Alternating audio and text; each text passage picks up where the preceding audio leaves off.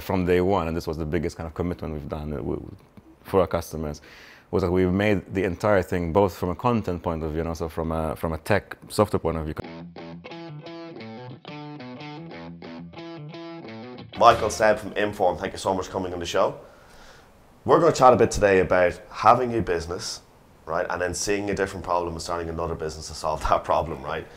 I should have come up with a snappier way of introing it, but that's the reality of it. So you two guys had a business together previously, before you started Innform. Just for context, before we get into what you guys did, what's Innform, the current business, all about? So Innform is basically an all-in-one employee development tool. So we focus Innform around hospitality.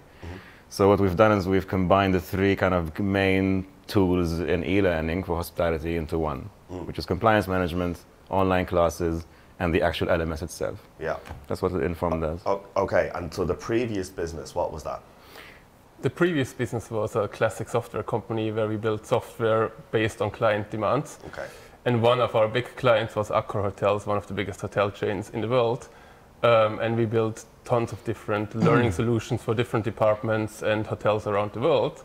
And based on that, we basically knew what do people want, what do people really get excited about. Yeah. And then we took that and basically put that into Innform, all that knowledge, and started the product. Yeah. And when was the moment you realized saying that, you know, this is such a big need, we need to go do it? Did you guys co-found that company, or were you employees of that company? Or We co-founded, yeah. You co-founded? Originally, yeah, it was 7 years ago. Yeah. So we kind of got to know the products very well over the years, but I also got to know the HR managers very well. So we got to know kind of like what their challenges were. So the key challenge in any e-learning tool is adoption, is getting your employees using it. And then there's a problem that comes before that, is to create the content, the training itself. Which can be a pain. Yeah, it's a big pain. In fact, a lot of training managers end up kind of abandoning the tool because of that big challenge, which is why we decided that the key for Innform to work was for us to create content. We needed to create, kind of bridge that gap and create content for them so that they can use it instantly. Yeah. So, is that a really difficult for you guys to create that content for them? Is that not obviously you don't want them to have to pay because you want them to pay for it, right? But as regards creating content, what way does that work? Let's say I'm a hotel chain and I want to use the platform and I go in, do I create the module, you know, I name the module and put in the questions? Is that kind of how it works? There are two ways of doing it. So one is we have a training library with Innform content. So those are basically video courses. They're about 10 to 20 minutes long on different topics. Right. And we are constantly releasing new videos every month, between 3 and 7 videos per month.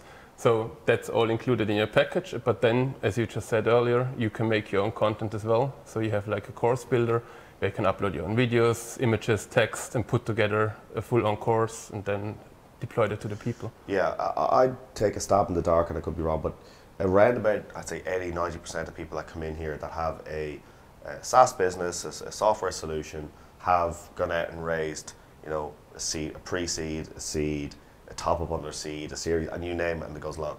You guys bootstrapped this business from the beginning, used your own capital, and you didn't go for outside investment. So what was the reason for that? Was it just to test the market? Was it to hold on to some of the, you know, more equity in the company? What was the reason behind bootstrapping and not going for capital?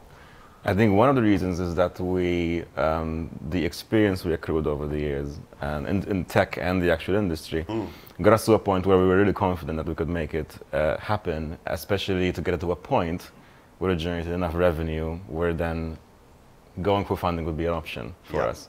So we really kind of leveraged our expertise in the early stages. We obviously used our own money, right? So we kind of decided to take on the entire risk ourselves. Yeah. Do you think that will obviously stand very well when you sit or stand or whatever you do in front of an investor when you meet them?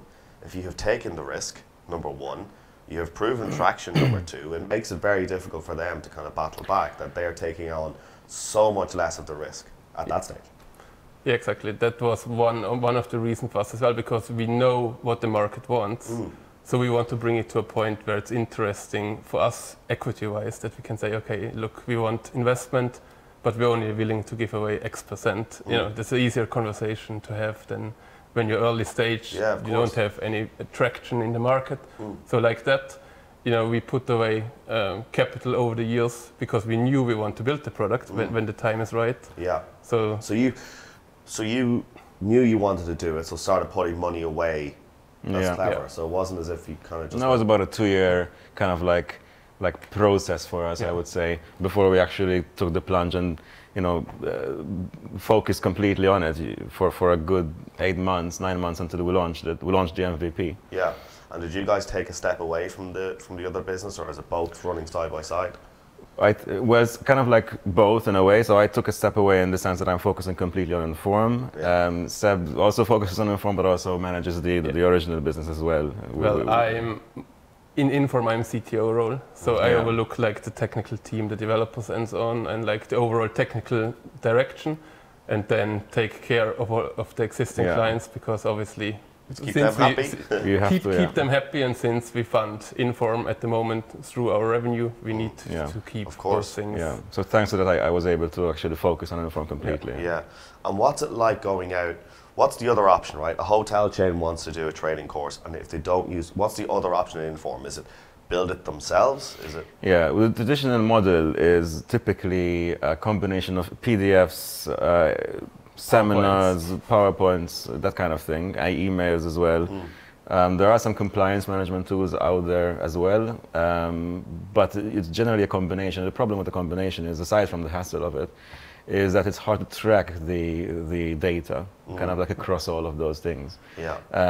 And you know, HR managers find themselves having to kind of like shop around and organize it. And keep in mind, hospitality companies, especially the large ones, are usually global companies with different, you know, people from different countries, different languages, high turnover rate. So picture PDFs that have to kind of update all the time. Yeah, you of know, course. In different languages. in different languages. So what we've done with Innform from day one, and this was the biggest kind of commitment we've done for our customers, was that we've made the entire thing, both from a content point of view and also from a tech software point of view, completely multilingual.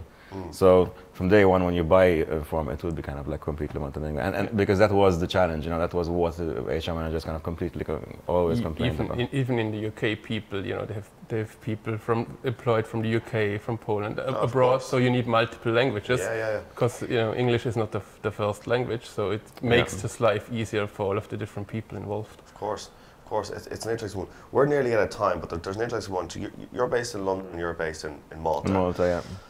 What's it like working, you know, in two different? Because a lot of entrepreneurs watching that, maybe their co-founders are in a different area. How do you find that relationship works, not being based in the same city? Well, we've been doing it for about 3 years now, right? Yeah. I would say. So we kind of like grew into it very. I personally prefer it. I think we work really well together. Well, we have a team of 12 people, and some of them are in London, some come into the office, but the rest is all remote. Yeah. It's a purely remote team now. Yeah. And, For us, it works. It's harder to find the right people who work well in a remote team. yeah. Because it's obviously more responsibility if you're at home and you need to get your tasks done than being in an office environment. Yeah, you have to try to find the right people, definitely. Yeah. Would that be, for the entrepreneurs watching that want to hire a remote team, is that the best, that you need to find someone who is super focused, but you probably need to make their tasks very clear and timelines, otherwise people would just... Yeah, there's definitely... this is a personality thing. So you have to kind of go for the right personality that enjoys the freedom. Because not everyone's motivated by working alone, working on their own. And you need to set expectations every week so that everybody knows exactly what they have to do. So, you know, not that at the end of the week nobody is confused and might have not done what they were supposed to do. Of course. So, yeah, but for us it works very well. We bring the team together twice a year in some kind of location, so you still have that group feeling. And obviously you have to use all the different tools like Slack, you know, you use Slack to communicate. Definitely. Okay, yeah. So you still have the kind of group feeling, all the GIFs and memes, you know. Yeah, of course, keep it fun. Well, guys, look, I really appreciate coming in, and thank you so much for doing the show. My pleasure. Thanks for having us. us. Yeah.